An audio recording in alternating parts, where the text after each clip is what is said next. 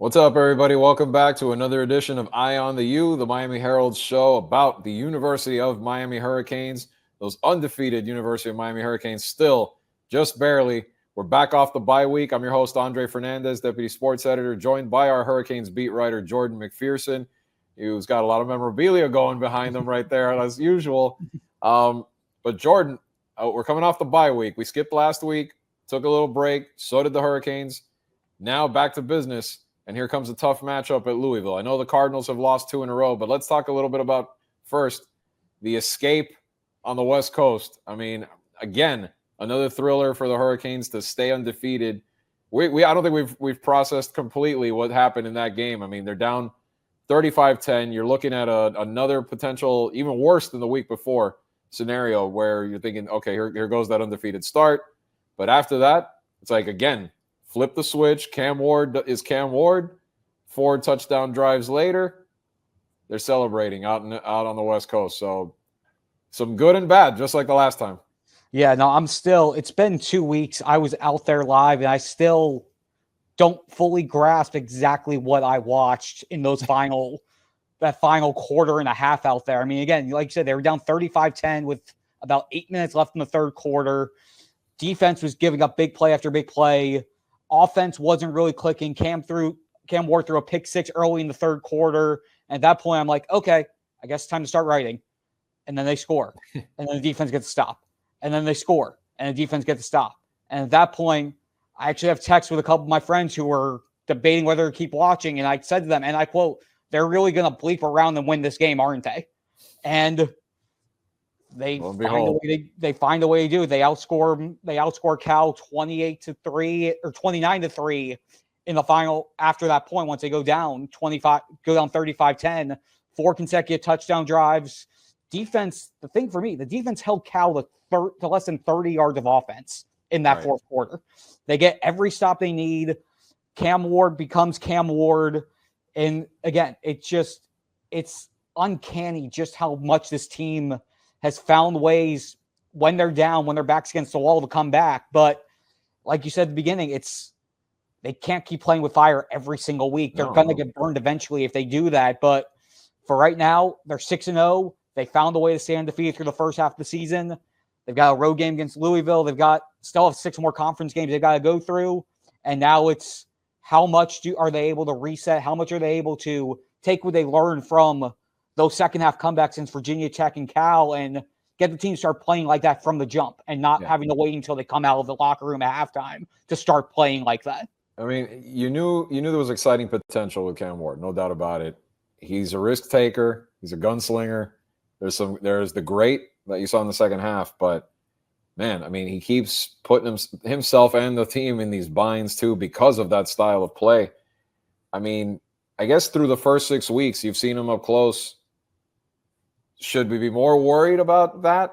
Or should we be happy with, okay, this is potentially the most athletic, the most dynamic quarterback Miami's ever had, and just enjoy the roller coaster as it continues to go, as long as that loss column continues to be 0. Yeah, for me, I would have been concerned if after that pick 6 in the third quarter, if he completely broke down. If it basically completely messed up his psyche and he ends up unraveling after it throughout the rest of the game, I would have been worried. But just seeing how stoic he still was, he was definitely far from himself. I actually have the numbers from how he was. But it was just to watch it, the way that he played before and after that pick 6. At the time of the pick 6, he was 12 of 18, 109 yards, and had been sacked 3 times. And then from that point on, he was just absolutely unstoppable. I'm actually just trying to find the final numbers. I mean, the 4 touchdown drives, 75 yards, 75 yards, 70 yards, 92 yards. To be able to bring those drives when your back's against the wall, that's pretty freaking hard to do, especially when you know there's 0 margin for error. If they made one more mistake, if they took one extra play, if they gave up one more first down on defense, or did not convert some of the 3rd and 15s, 3rd and 20s that they had, one mistake basically would have completely squashed any chance of a comeback. To see how Ward had no change in his mentality, his psyche, He just looked and went, we have time on the clock. Okay, we have a chance. The Right. fact that mentality didn't waver gives me the confidence that regardless of what mistakes he may make early on, if he has the ball in his hands, this team has a shot. And that's something that's pretty scary and something we haven't seen with this team in a long, long time, where you know that even with the mistakes, the high risk, high reward that comes with his game, there have been some risks and that haven't paid off, but there have been a lot more rewards than there have been mistakes that have cost them so far this season. I mean, yes, I agree with you. But at the same time, you look at Virginia Tech, okay, mistakes were made and they corrected at the end and were able to get the victory. But this one took it to a whole nother level. I mean, this is like that epic comeback level where, like you said, any of 10 things go wrong, just one. I mean, it was like the Patriots when they came back on Atlanta in the Super Bowl. Like every little thing broke their way for them to win it. Or, way back in the day, the Bills and the Oilers, that comeback in the play. It was that type of comeback. You can't be down like that, like this. You know what I mean? Like this can't happen again. Let's put it that way. No, you can't. It doesn't matter who you're playing. Yeah, but also this all doesn't all fall on war. Again, the defense gave up four big chunk play. Right. Yeah, so it was a tale of both halves for both sides of the ball. I mean, yes, the offense wasn't clicking, but they still got some points on the board. The defense giving up as much as it did in that first half. They gave up 4 different plays of at least 50 yards. Yeah. Of 4 passing plays of at least 50 yards. UM only had given up 1 all season entering that Cal game. There were busted assignments. There was a little bit of trickery involved. There was a 4th down where they tried to ice the QB sneak, and then Cal just goes, okay, we're going to do a fake handoff. We're going to do a play action pass. Oh, look, we have the slant open. 60-yard touchdown. They had a lot of defensive lapses early that if those were cleaned up, if some of those mistakes were made, this hole wouldn't have been where they were. Yeah. So there was both sides of it. Cam being able to bring them out was heroic. Cam Ward being able to do what he was able to do was magnified, but also seeing how the defense was able to strap it up in that second half to be able to make sure the offense had the chance and for them to be able to correct their own mistakes and find those holes that they had and be able to fix those on the fly for a second week in a row. Again, yes. But for them to be able to do that again especially in the fourth quarter, to be able to hold them to, it was a field goal in the opening minute, and then it was punt, interception on the final drive when Cal tried to make their final comeback. Yeah, but again, it's 2 games in a row where you don't want to see that much yielded from the defense, especially when you're going into an environment like they will this coming week. So, Ruben Bain comes back, breaks the ice, he's back in the game. I mean, can this defense, I guess, it has to round into a little better form than have some of these lapses like you're saying. I mean, maybe him being back helps. Maybe that gets him. I mean, I know it was only his first game back, and eventually he'll get more into a rhythm. But, I mean, what are you seeing kind of on that side of the ball that maybe makes you think, all right, maybe they can develop a little more consistency because they're going to need it, especially in this next one? Yeah, I mean, the main concern for me isn't necessarily the front 7. I mean, Ruben Bain coming back is great, especially since Elijah Alston didn't play in that Cal game. So they needed a tried and true edge rusher opposite Tyler Barron. And Ruben Bain coming back was great. He has a tackle for loss in the first play of the game. He has he was part of a sack with Akeem Mesidor in the second half. The front 7, the defensive line specifically, has been doing its job. It's the secondary that I'm still worried about. Again, Damari Brown hasn't played since getting hurt in that UF game, the season opener, and their depth is just getting tested. I mean, you have your safeties have been okay with Mish Powell and Jaden Harris, but your corners, you've got it's basically Daryl Porter on one side, and then they're just picking apart on the other side, whether it's Deani Hill, whether it's some of their other guys who they've been throwing out there.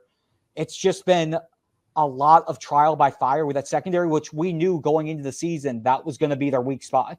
That was where they had the least amount of depth, the least amount of proven guys out there. And it's still a grind for that group to be able to come into a dome. They were okay against UF, and then once you started seeing some things going down, it's just they're not as trusted as the Hurricanes need them to be. And it's why you need to rely on your defensive line getting the pressure and forcing the opposing quarterbacks, the opposing offense to making quick plays. If you give them time to let their plays develop, they're going to be able to attack. And it's hard to do that with a secondary like has right now. I don't feel comfortable if a play is going to come out of a one-on-one play between receivers and the DBs. I'm not trusting it right now, but the defensive line's doing its job. Linebackers are holding their own. If the front seven can apply the pressure and make things chaotic for the opposing offense, the defense will be able to find its stride, but it's hard to rely solely on that. Yeah, definitely. I mean, and luckily for them, things did break right. Even at the end, that I was a little worried when that Wesley Basaint hit. Same. I mean, from your vantage point, what'd you kind of see on that play? I mean, did they get it right? It's 2 weeks in a row we have some kind of play where we're asking, did they get it right? Yeah, no, and I asked Mario Cristobal about that after the game because Virginia Tech Hail Mary, touchdown, not touchdown, game decider. He said afterwards, we can't be at a point where the game is in the hands of the Hats. And for a second week in a row, that when the hit happened live, when Wesley Basaint hit Fernando Mendoza that hard, and it did look like he leaned in the moment, I thought it was targeting, and I thought this entire comeback was for naught. Right. But after looking at different replays, different angles last couple of days, I think they got it right. But at the end of the day, it goes back to the same old argument. What is targeting? What is a catch? Week to week, game to game, play to play, you really don't know. And I think the Hurricanes' saving grace was that they didn't roll targeting initially, because I think it was so close that they were just going to have to say, okay, the call stands. I think if the call was flipped the other way, I think they would have upheld targeting, which again just goes back to the gray area of so much of this game where different plays and whatnot. It's goes back to whatever the original call was. A lot of times, if it's too close to call, they just say, okay, we're just going to uphold whatever was called. But at the end of the day, looking at it, I think they got it right. But also at the end of the day, to me, it's okay, draw an answer out of the hat, yes or no, and okay, that's what I'm going with. Yeah. I mean, it looked like, like when they replayed it, you look at it from the angle, maybe from the field level, a little more of the shoulder, not helmet Correct. hit. So fortunate though. I mean, again, like just an inch or two, and we're looking at a totally different scenario again. So again, we're just going over how close this has been, but 6-0, one of 11 unbeaten teams left. Thrilling come from behind wins, but a players only meeting. You don't usually see that from a team that, at least in their win-loss record, is doing so well. But something that maybe was needed. Seeing that there have been some survival calls here. Tell us a little bit about that. Yeah, so Xavier Restrepo talked last week on ESPN and mentioned the meeting. We got to talk with a bunch of players on Tuesday, including Xavier Restrepo and Francisco Malinoa, who are part of the team's leadership council. And essentially the way it unfolded was after their practice on Monday during the bye week, the leadership council met like they do every Monday. And they basically said, let's just get everybody together and make sure everyone understands where we're at. We know, yes, we're 6-0. Yes, we're undefeated. Yes, we're number 6 in the country, But they just as easily could be 4-2. They just as easily could be 0-2 in ACC play. They just want everyone to remember the record is what it is for right now, but there's still a second half of the season to play. They have yet to play a game in their mind where from the opening whistle till when the clock hits zeros in the fourth quarter, that they felt from start to finish, first play to last play, they have played a complete game that they are 100% happy with. They've left a lot of plays on the table. They have left, obviously, they've gotten off to bad starts in the first 2 games in conference play. And the leadership council group just wanted to make sure the rest of the team knew that, okay, the record is what it is, but we can play so much better. The standard for what we need to be doing for if we want to get to the ultimate goal, which for them is making it to the ACC championship game, making it to the playoffs, ultimately winning that national championship. The way they have played, especially these last couple of weeks, that's not going to cut it down the stretch. So even with the record being what it is, they all just wanted to make sure they were all on the same page of we have a better standard than the way we've played.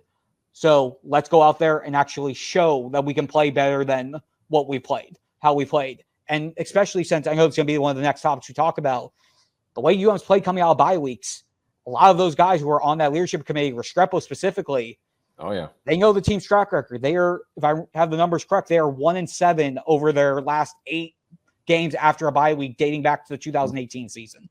And the only win in there is a game in 2020, which again, that 2020 season, just with the way everything was with COVID and whatnot, I feel like you can just wave your hands to those and be like, do those really count? I mean, yes, they count, but it's just like all the chaos and everything that was already with that. Right. They've won 1 game in their last 8 after bye weeks. 6 of their last 8 games after bye weeks have been decided by 1 score, and 5 of those 6 have been losses. So it's a focal point to realize that they need to not only up their intensity, the way they play, but they also need to do it after they've had this week off and trying to get back into their system, get back into their rhythm, and do it on the road against a team like Louisville. Right. A team like Louisville we'll get to. We'll talk a little bit more about that matchup. But let's talk real quick to finish up the whole Cam Ward conversation. The important thing, I know we're at the halfway point. We're talking about the way the team has responded to this point in the season. But speaking of all those accolades and all those performances, he's obviously in the Heisman talk. And you've got others out there. Travis Hunter obviously is living up to his potential at Colorado. Boise State, Ashton Genty's a monster. I mean, I saw some of that game the other day that they won, and wow, this kid, tremendous. And you look at Oregon, a huge win over Ohio State last week. Dylan Gabriel starting to put up a lot of numbers that could get him in the conversation too. But I think Cam right now, forget about the fact that it was a comeback scenario or not. The performances he's putting together and what he's doing in a lot of these games, getting national attention, being on national TV, is getting him that kind of look. He's got a good shot if he keeps it up. He definitely has a good shot. I mean, for me right now, I feel like it's got to be Ashton Genty as the front runner. I mean, 6 games in, he's averaging 208 rushing yards a game. He's averaging 9.9 yards per rush. He's basically averaging a first down every time he gets the ball in his hands. Can I draft him already for my team, or no, next year? All right. Yeah, next year, unfortunately. But I mean, with the way my fantasy team's going, I may just try to get him anyway. I had Travis Etienne as one of my running backs last week, and I got negative points off of it. So I would have had, I would have done better if I had Ashton Genty. Well, I'm already circling. I'm in a dynasty league. I'm already circling Ashton on the draft board, like I did with a few guys last year. But anyway, go ahead. Yeah, but I mean, he's been absolutely unreal. I mean, he has 300 more rushing yards than any other running back in college football right now. He has 1,248 rushing yards in 6 games. The next highest is Caleb Johnson at Iowa at 937. It's absolutely crazy how good he has been and how consistent he's been. But as seems to always be the case, quarterbacks always get the attention. Quarterbacks are always the focal point. Quarterbacks are always the guys who seem to get the individual accolades when it comes to overall player of the year, Heisman's, what have you. Mm-hmm. And if we're looking at quarterbacks just solely off of production right now, I feel like Cam Ward's the guy in terms of what's happened to the first half. I mean, averaging almost 370 passing yards a game, leads college football with 20 touchdown passes, has at least 300 passing yards and multiple passing touchdowns in every game this year. Obviously orchestrates the 2 comebacks, which UM shouldn't have been in, but was able to orchestrate them. If he keeps this up and UM's record stays the way it is, that to me is going to be the big key. If he's able to guide UM through the second half of the schedule and they're able to do what they think they're able to do, it may be hard to ignore what Cam Ward has done. But again, like we've mentioned with a few of the other contenders, Travis Hunter being a 2-way guy, let's see what that injury was like. He ended up missing time in Colorado's game last week. We'll see what happens with him. But if he's able to stay healthy and play basically every snap on both sides of the ball like he's been doing at a high level, he's got to have Warren conversation. And Dylan Gabriel with a heck of a game to lead Oregon over Ohio State. That to me was the starting point for him. Obviously, Oregon has a lot left to play. They have a lot of big games that are going to go through the rest of their schedule. They've got a few more ranked matchups, which again, that's something that he'll have over Cam Ward. UM, unless things change, probably isn't going to face a ranked team until the ACC championship game if they make it there, or possibly not at all if things don't fall in their place. But Oregon still has Illinois, who's top 25. Michigan, who's still holding on as a top 25. If they keep going, they'll most likely get a rematch in their conference championship.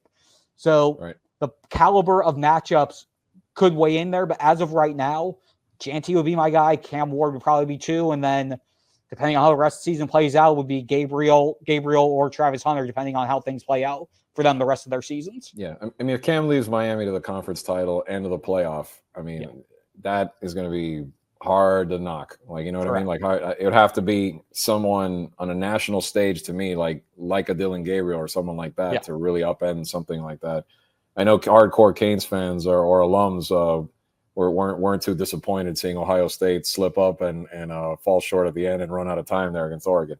Yeah. But I digress. We're going to go back to talking about how this game looks coming up against a pretty good Louisville team that has come up short. Competitive games would come up short against Notre Dame. Then they came up short against that sleeper team, that SMU. That it's a high-powered offense there. But Louisville still comes in with an offense that ranks in the top 5 in the ACC, top 5 passing game, also top 5 defense in terms of scoring defense and passing. You look at Tyler Shaw, he's one of the better quarterbacks in the conference.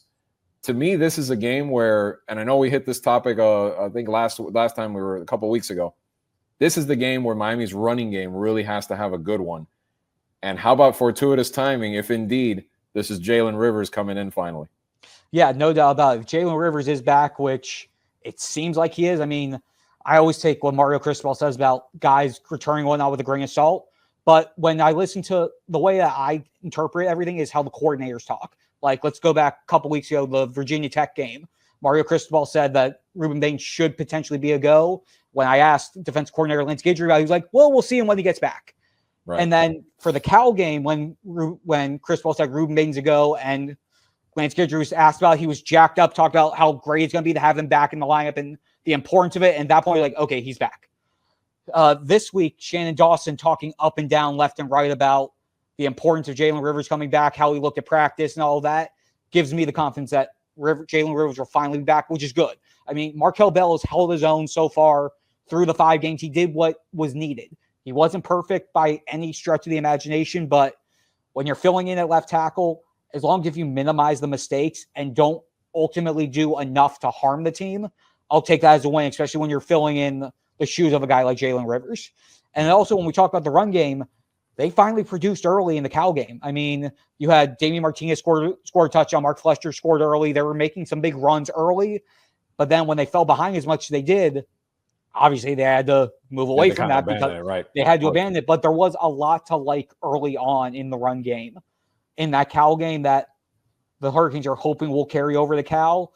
And again, this team, they just have they have too much talent in that running back room to not be producing.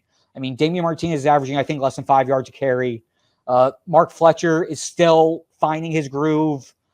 Jordan Lyle was basically a non-factor last week or 2 weeks ago in the game against Cal. But when you look at what they did, Mark Fletcher against Cal was 11 carries for 81 yards. Martinez was 12 for 42, but he had a touchdown. He had a couple big plays in there, and he was involved heavily in the passing game, including the 22-yard catch on that final drive to set up the go-ahead touchdown. The pieces are there. It still just feels like a matter of when are they going to have their full start-to-finish game breakout. Right. And like I said, this would be fortuitous timing if they are able to get that done this week. Yeah, I just feel like, noon game, this is going to be, tough environment to go over there. Louisville usually is a tough environment no matter what. And this team right now, they got a win last week, not a very pretty win against Virginia just to get back on the winning side, but it's a desperate team right now, this Louisville team. They only have the one conference loss, so they're still in the hunt. They need this one badly against Miami. They would love nothing more to shock this one, to shock the country and pull a big upset at home. So to me, that's the thing. You get a running game going from the get-go, take the crowd element out of it if you can. It would be huge. But I think, if Rivers is in there, not just for running purposes, but also for Ward himself. So, we like watching him make spectacular plays, but you don't want him running for his life all the time either. So if Rivers is indeed back, that's obviously going to help on both fronts. Yeah, and then again, with Louisville, their 2 losses, SMU and Notre Dame, both ranked teams. Both were 1-score losses, and both games came down to the fourth quarter. Exactly. So that 4-2 record that Louisville has, it's a little deceiving. It is a little deceiving, similar to go ahead. And you think about it, you're going after that signature win, and you've come up short now twice.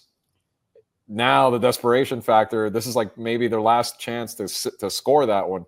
So that's what I mean. Like, Yeah. it's such a monumental game for them that Miami needs to go in there and just squash any chance they have as quickly as possible before, you can't fall into the same scenario you've had the last 2 games where you're in that battle to an uphill battle to try and win it. Correct. Yeah, no, it's going to be a close game. I think Miami was only favored by 3 points entering the week. And again, you're going on the road there. It's going to be very interesting. And again, like you mentioned with the noon start, all of their games basically this year have essentially been night games. I mean, the UF game was 3:30. Everything else was night kicks. I mean, even the Ball State game, which was supposed to be a 3:30, the weather delay pushed them back. So their game clock, and then Cal being 10:30 Eastern time, 7:30 out there. Out there, right? It's going to be the first time all season where it's basically like, okay, wake up, get to the stadium, play a game. It's going to be interesting to see how they adjust to that portion of the challenges that could come ahead with them, with just having to get up and play, not having basically seeing how their routines get impacted by that with a noon kick, basically an 8:30, 9 a.m. arrival at the stadium out in Louisville, and seeing what happens from there. Yeah.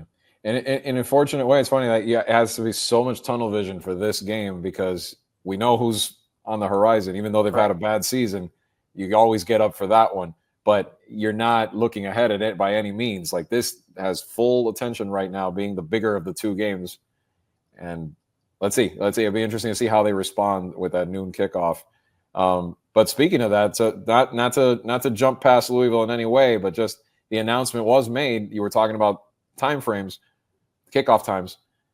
7:00 game, prime time against those rivals on the 26th. So I mean, regardless of FSU being 1-6 or maybe 2-5, if they beat Manny Diaz's team this Friday, it's still obviously the big rivalry game, and we know how it is. The big South Florida, so much South Florida talent, so much Florida talent all over the field on both sides. That one should be good, being a 7:00 game again. Yeah, and again, with FSU, no matter what happens, no matter what the records are, no matter who's supposed to be the favorite or the underdog or whatever, it's a rivalry game. Right. You can never expect everything to go as expected with a rivalry game. It's going to be, or it should be, just based off history, always expect the unexpected when it comes to a rivalry game. And we've seen this series, we've seen it go sideways at times before. So it's going to be interesting for that one.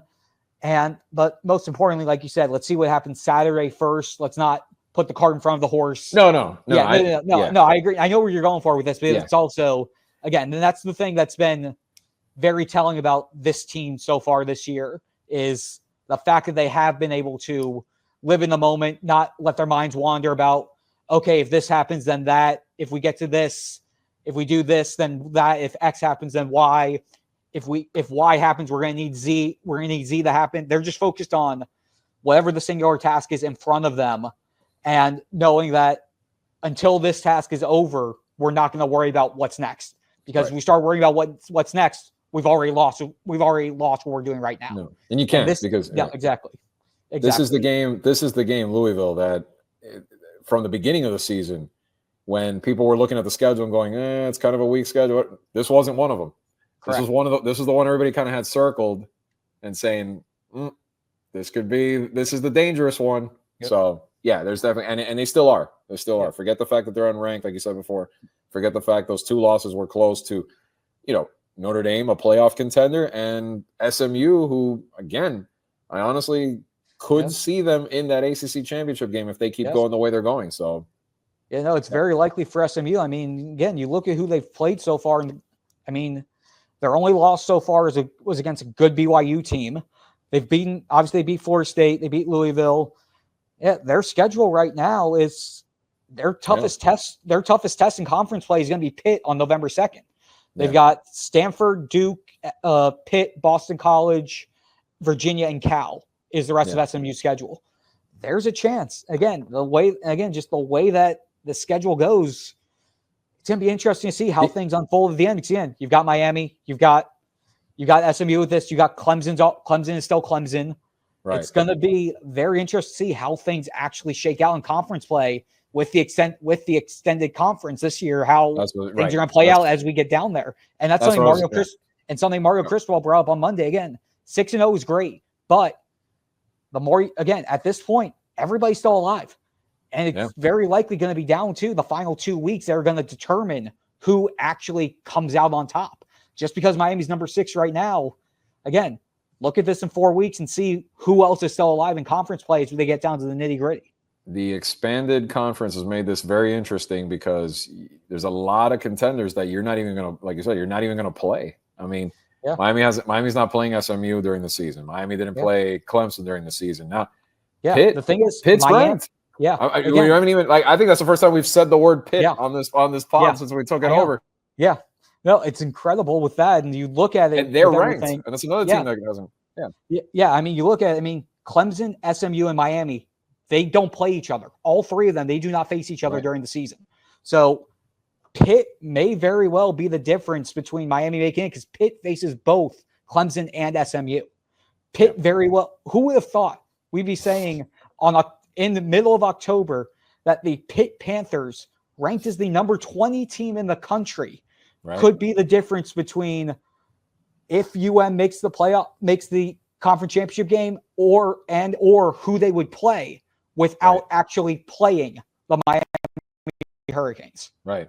Which is such a change too, because for so many these last few years, Miami seems to always be playing Pitt at the finish line. Yeah. Like the last game, either up there or here. I mean, Miami fans don't, myself included, alone here, that does not want to be reminded of what happened the year that they were 10-0 and then went up to Heinz Field and got beat. But that was always a very dangerous game at the end of the season. Not going to happen this time unless they meet in the title game. I mean, so just the expansion of this conference has been so intriguing. Not just like the weirdness of having these West Coast teams in it, but the fact that now you have more contenders like an SMU that will really make this. I mean, that would be. We're getting ahead of ourselves, but a lot of scenarios still as this conference right now. Teams are starting to play these conference games. It's starting to kind of take shape over the next few weeks. It's going to be fun. It's going to be interesting to see how it happens. Yeah, I mean, the running joke was always the coastal chaos for figuring out, okay, who's going to be the team that comes out to face Clemson or FSU, whoever comes out from the other side. But now it's just all over the place. It's just ACC chaos overall. Again, we got eight. I mean, Clemson is still Clemson. I mean, not old Clemson of national, but they're still in terms of right now where they are. Exactly. Still one of the front runners, but there are more front runners now. Correct. Yeah, and it's going to be Clemson again. They had the big loss to Georgia week 1, and then it was like everybody was counting them out from the start, and all I thought was, can we really count them out after week 1 against Georgia, the team who was the number 1 team in the country right now, and then they've just rolled through their past 5 games and. I looked and was like, okay, Clemson is the Clemson that I thought they would be entering the season. And so again, it was outside of FSU being what's happened to them, the conference is sort of playing out how one would think. I mean, Clemson's up there, Miami's up there, SMU being a surprise, Louisville still hanging in there, NC State being where they are. That's probably the biggest surprise to me outside of FSU. The fact that they're 3-4 and 0-3 in conference play. That's the one head scratcher for me going into the season, because I thought they were going to be, if not at the very bottom of the top tier, definitely the top of the dark horses to make a run in conference. And the fact they're 0-3, 3-4 overall in the season, and 5 of their 7 games have been at home. So it's been a rough go for the Wolfpack, but everything else with the ACC, it's just.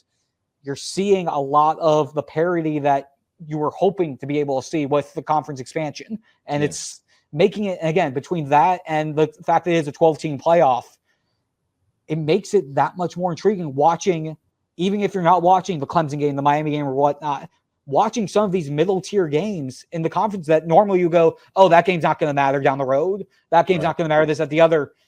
Those games have implications that are going to be felt once we get to the end of November. And it just makes the college football watching experience, makes it that much more enjoyable that you're not just looking at the usual cast of characters.